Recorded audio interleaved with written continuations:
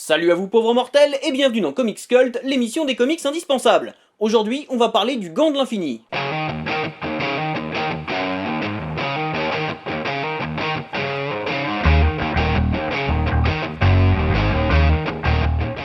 En 1990, le scénariste Jim Starlin et l'artiste Ron Lim réalisent la mini-série Thanos Quest, racontant la quête du titan fou amoureux de la mort pour s'emparer des 6 gemmes de l'infini, représentant respectivement l'espace, la réalité, le pouvoir, l'esprit, le temps et l'âme. Après avoir obtenu celle-ci, Thanos se voit investi de pouvoirs infinis. Omniscient, omnipotent et omniprésent, il décide de supprimer 50% des formes de vie intelligentes qui peuplent l'univers afin d'attirer l'attention de celle qu'il convoite, la mort. C'est le point de départ des 6 numéros du Gant de l'Infini, publiés en 1991 chez Marvel Comics.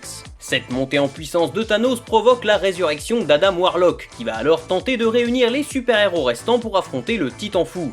Thor, Hulk, le Docteur Strange ou encore le Silver Surfer vont s'allier pour sauver l'univers.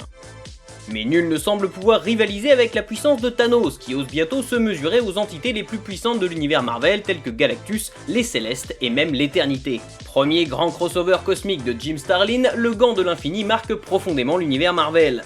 Dès lors, de nombreuses suites et séries dérivées, toujours menées par Jim Starlin, raconteront la progression du combat qui oppose Thanos à Adam Warlock. La relation entre les deux personnages a toujours été très ambiguë, tantôt ennemis, tantôt alliés, l'opposition entre les deux héros est aussi marquée de crainte et de respect mutuel.